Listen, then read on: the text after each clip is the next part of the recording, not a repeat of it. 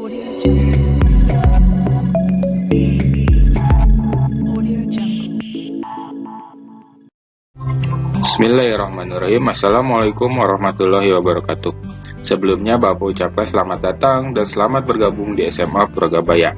Perkenalkan, nama Bapak Haji yang akan mewakili tim kurikulum menjelaskan mengenai proses pembelajaran di SMA Puragabaya.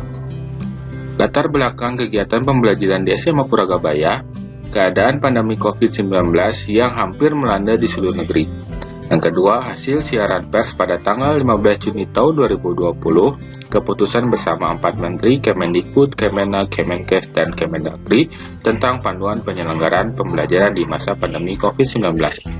Nah, untuk kegiatan pembelajaran di SMA Puragabaya itu menggunakan aplikasi atau software yang digunakan. Yang pertama itu aplikasi software WhatsApp Group. Untuk kegiatan WhatsApp Group itu digunakan untuk kegiatan diskusi kelas.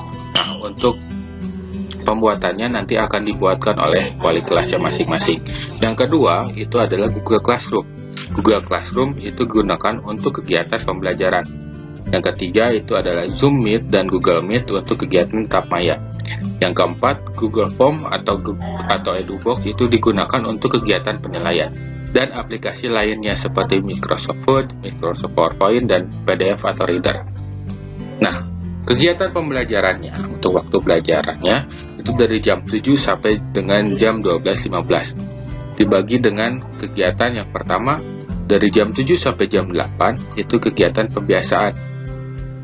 Yang pertama, kegiatan mengisi daftar hadir, sholat duha, menyanyikan Indonesia Raya atau literasi. Yang kedua, dari jam 8 sampai jam 8.45 itu kegiatan pembelajaran pertama. Jam 9.45 sampai jam 10.30 itu kegiatan pembelajaran kedua. Jam 10.30 sampai jam 10.45 itu istirahat. Jam 10.45 sampai jam 11.30 itu pembelajaran ketiga. Dan pembelajaran keempat dari jam 11.30 sampai jam 12.45. Nah, apa yang harus disiapkan oleh siswa? Yang pertama itu menyiapkan email. Nah, untuk email kalian bisa membuka di google.com untuk membuat email masing-masing, karena untuk email ini akan berguna dalam pengisian Google Form, akun Google Classroom, Google Meet, dan Zoom. Nah, langkah-langkah penggunaan Google Classroom, yang pertama itu download dulu di aplikasi App Store kalau menggunakan Android, dan download Google Classroom. Kalian nanti setelah membuka Google Classroom tinggal menambahkan join class. Untuk join class nanti kode kelas akan dikirim oleh kurikulum. Nah, untuk cara upload tugas, kalian tinggal mengklik tugas yang dipilih. Misalkan di sini ada tugas bahasa Inggris. Kalian tinggal klik tugas bahasa Inggris tersebut, lalu upload tugasnya.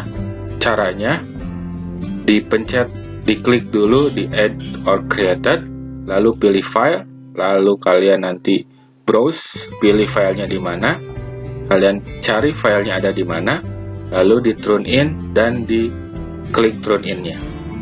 Mungkin seperti itu penjelasan dari tim kurikulum, semoga bermanfaat. Ketemu nanti pada kegiatan pembelajaran. Terima kasih. Assalamualaikum warahmatullahi wabarakatuh.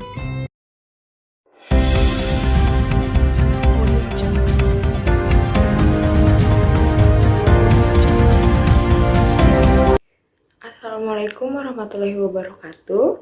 Alhamdulillah hari ini kita dapat berjumpa walau hanya melalui daring ya. Perkenalkan, nama Ibu Sinta Ferantika. Di sini Ibu akan memperkenalkan kalian dengan kurikulum sekolah. Selamat kepada siswa-siswi baru SMK Puragabaya karena telah diterima di SMK Puragabaya, dan selamat menjadi keluarga besar SMK Puragabaya. Oke.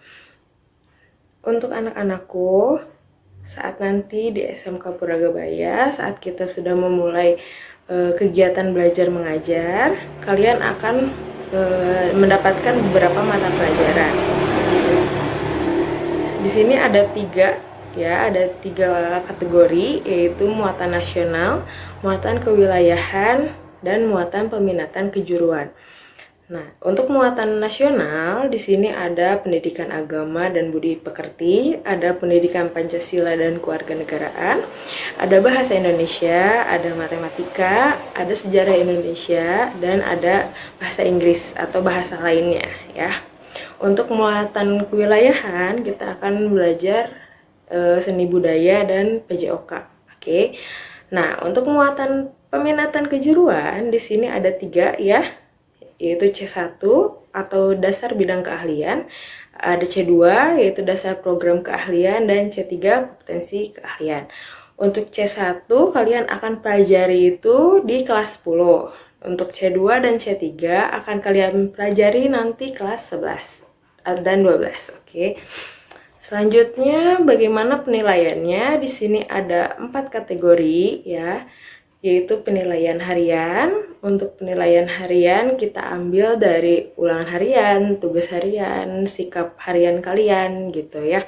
Nah, di sini juga ada penilaian tengah semester, yaitu penilaian yang biasanya ulangan yang ada di pertengahan semester ya. Nah, lalu ada penilaian akhir semester atau disingkat PAS ya. Di sini PAS itu dilakukan di akhir semester ganjil atau akhir semester 1. Dan yang terakhir ada penilaian akhir tahun atau PAT ya. Nah, PAT ini dilakukan saat akan kenaikan kelas. Oke. Nah, bagaimana sih mekanisme penilaiannya? Nanti di rapot kalian akan ada 2 penilaian, yaitu penilaian pengetahuan dan nilai keterampilan.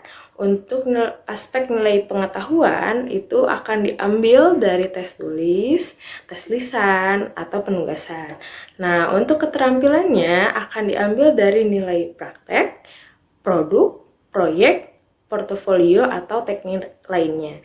Nah, untuk peserta didik yang belum mencapai KBM atau ketuntasan belajar minimal atau waktu dulunya mungkin disebutnya KKM, itu harus mengikuti remedial gitu ya, untuk mencapai nilai yang dibutuhkan. Selanjutnya di sini ada metode pembelajaran. Karena saat ini kita masih dalam masa pandemi COVID ya, jadi untuk proses belajar mengajar kita tetap menggunakan metode pembelajaran jarak jauh atau biasa kita sebut dengan daring ya. Nah, untuk aktivitas pendidikan kita lakukan biasanya ya menggunakan Learning Management System atau LMS ya. Kalau misalnya dicontohkan itu seperti Google Classroom atau menggunakan media sosial lainnya seperti Instagram, YouTube, atau WhatsApp gitu ya. Itu tergantung oleh guru mata pelajarannya gitu ya. Ingin menggunakan apa, tapi tetap kita untuk dasarnya itu menggunakan Google Classroom gitu. Selanjutnya, nah untuk waktu pembelajaran dalam 1 hari itu kita akan ada 2-4 pelajaran ya. Durasi waktu dalam 1 pelajaran itu 40 menit. Nah, untuk praktikum beda lagi ya. Untuk praktikum itu bisa dilakukan di sekolah atau tetap dilakukan di rumah. Itu tergantung dengan kebijakan gurunya masing-masing gitu. Karena kalau misalnya praktikum kan sulit ya untuk dilakukan di rumah. Jadi kalau gurunya mau di sekolah juga bisa gitu, tetap dengan protokol kesehatan gitu ya. Selanjutnya di sini ada absen siswa. Untuk absennya seperti apa? Nah, di sini ada 3 ya.